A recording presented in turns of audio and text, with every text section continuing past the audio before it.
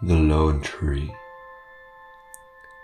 As I take the large stone steps up the hill towards that lone tree, my mind drifts back to the grave of that little girl. What sort of world was this sanctum, where they could hold unimaginable treasures and godlike gifts, yet their young are still taken so early? Is there not some inevitable time and place where civilization can prevent that inevitability? I think of the countless souls ripped from their loved ones too soon.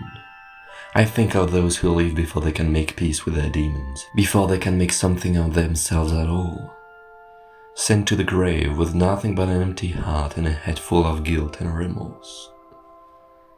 The steps become further apart, my feet struggling to reach the next as the weight of those souls' burdens begin to pile onto my shoulders and drag down on my soul. I feel them all, reaching out from their darkened graves, hoping my life can give them that last little bit to earn them a peaceful eternity. Their wretched hands clench onto the hem of my pants, clasp to my shins and hold my legs from moving forward. They pull me down into an inky darkness, their cries for salvation beginning to echo loudly in my ears. I try to pull them up, to lift us both from the darkness, but more of them begin to pull and push and sink me lower into that cold nothingness. As my head is finally pushed below the waves of unrelenting souls, I manage to call out for that which these souls could only attempt to steal. Help. Void surrounds me, frightening, cold, alone.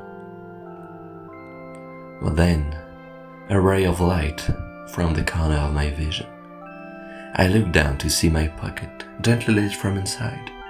I reach in and pull out the crystal shard, and its light falls upon the face of a small girl, no statue, but a real girl. Her hair is done in two pigtails of big curly hair, and a smile rests between her terrific face. Many are too afraid to ask for help, and face the end having never known it was there if requested.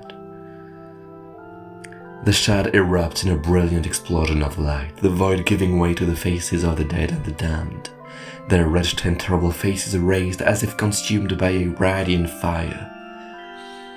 As the light fades, I see that girl again, but this time she's standing in front of that tree, while the tree is covered in beautiful blossoms of every color. And as I look back to thank that girl, there is only myself and the tree once more.